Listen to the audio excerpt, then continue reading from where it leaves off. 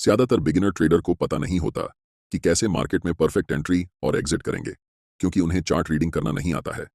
Chart reading करना traders धीरे धीरे मार्केट में सीखते हैं, उनके अनुभव उन्हें यह सिखाते हैं।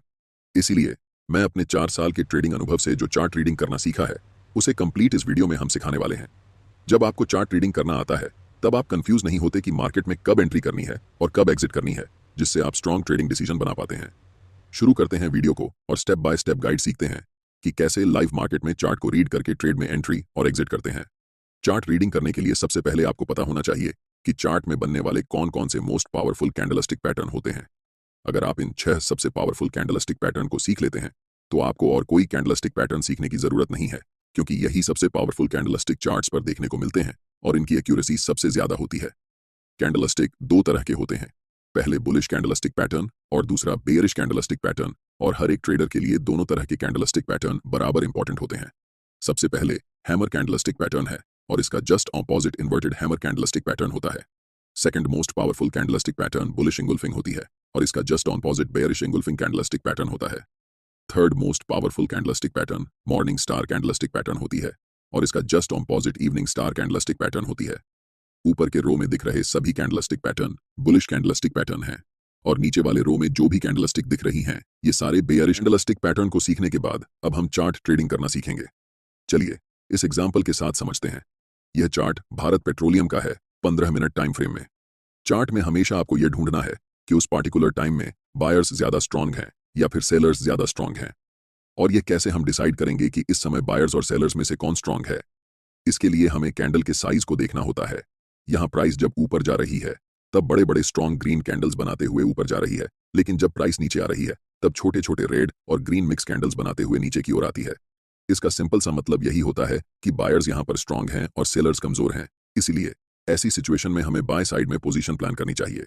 इस छोटे से डाउन ट्रेंड के बाद 3 बड़े बड़े ग्रीन कैंडल्स बनाते हुए प्राइस तेजी से ऊपर जाती है और ये 3 बड़े कैंडल्स हमें बताती हैं कि उस समय मार्केट में बायर्स बहुत ज्यादा मजबूत हैं।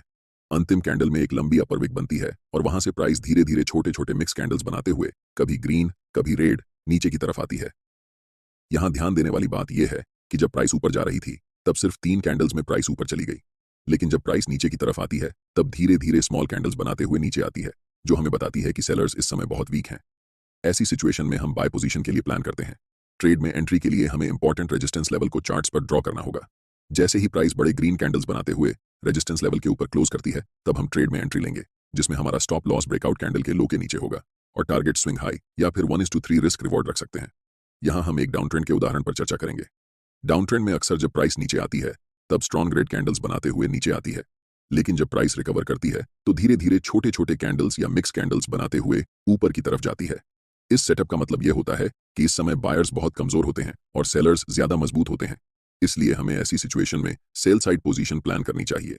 इसी चार्ट में जब प्राइस अगली बार नीचे की तरफ जाती है तो बड़े बड़े रेड कैंडल्स बनाते हुए नीचे की तरफ जाती है, लेकिन जब प्राइस रिट्रेसमेंट में ऊपर की तरफ आती है तो छोटी छोटी रेड और ग्रीन मिक्स कैंडल्स बनाते हुए ऊपर जाती है।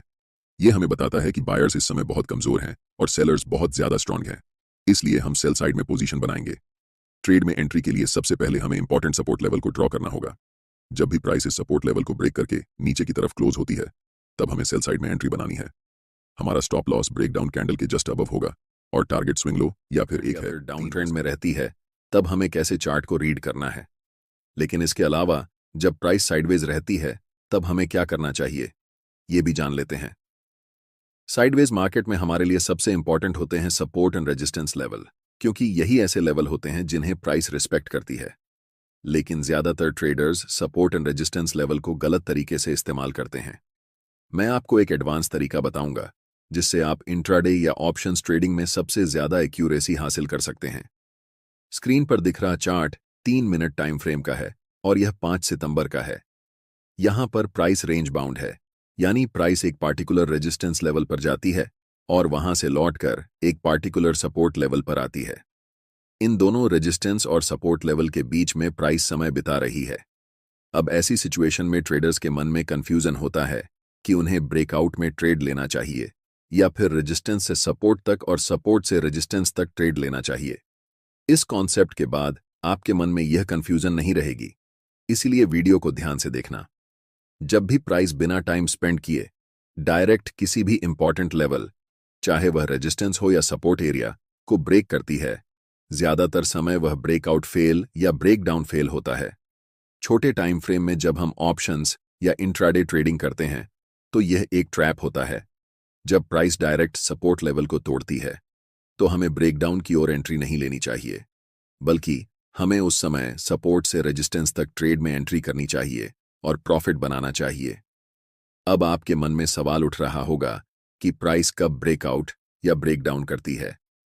इसे पहचानना बहुत आसान है, ज्यादा मुश्किल नहीं।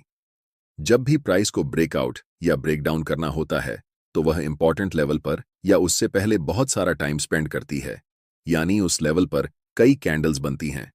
इसके पीछे एक साइकोलॉजी होती है। ज्यादातर ट्रेडर्स सोचते हैं कि जब प्राइस सपोर्ट से रेजिस्टेंस तक या रेजिस्टेंस से सपोर्ट तक जाती है तो इस बार भी ऐसा ही होगा, लेकिन उनके लिए यह एक ट्रैप होता है। प्राइस वहां ज्यादा टाइम इसलिए स्पेंड करती है ताकि बड़े ट्रेडर को लिक्विडिटी मिल सके। रिटेल ट्रेडर्स बाय पोजीशन में एंट्री लेते हैं और उनका स्टॉप लॉस सपोर्ट एरिया के ठीक नीचे होता है।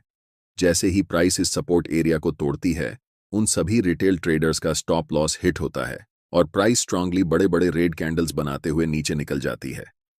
इसलिए ब्रेकआउट या ब्रेकडाउन से पहले हमें यह देखना होता है कि प्राइस इंपॉर्टेंट लेवल पर टाइम स्पेंड कर रही है या नहीं। अगर प्राइस ऐसे लेवल पर टाइम स्पेंड करती है और तब ब्रेकडाउन या ब्रेकआउट करती है तो हमें ब्रेकआउट या ब्रेकडाउन ट्रेड में एंट्री लेनी चाहिए। यह कॉन्सेप्ट आपके लिए सबसे ज्यादा इंपॉर्टेंट है, क्योंकि ज्यादातर इंट्राडे या ऑप्शन ट्रेडर्स सपोर्ट और रेजिस्टेंस लेवल को गलत तरीके से ट्रेड करते हैं। इसलिए मैंने इस कॉन्सेप्ट को डिटेल में समझाया है। ट्रेड में एंट्री करने के लिए आपका स्टॉप लॉस टाइम स्पेंड करने वाली कैंडल के ऊपर होगा और टारगेट स्विंग लो या 1:3 रिस्क रिवॉर्ड रेशियो हो सकता है। आज के वीडियो में बस इतना ही।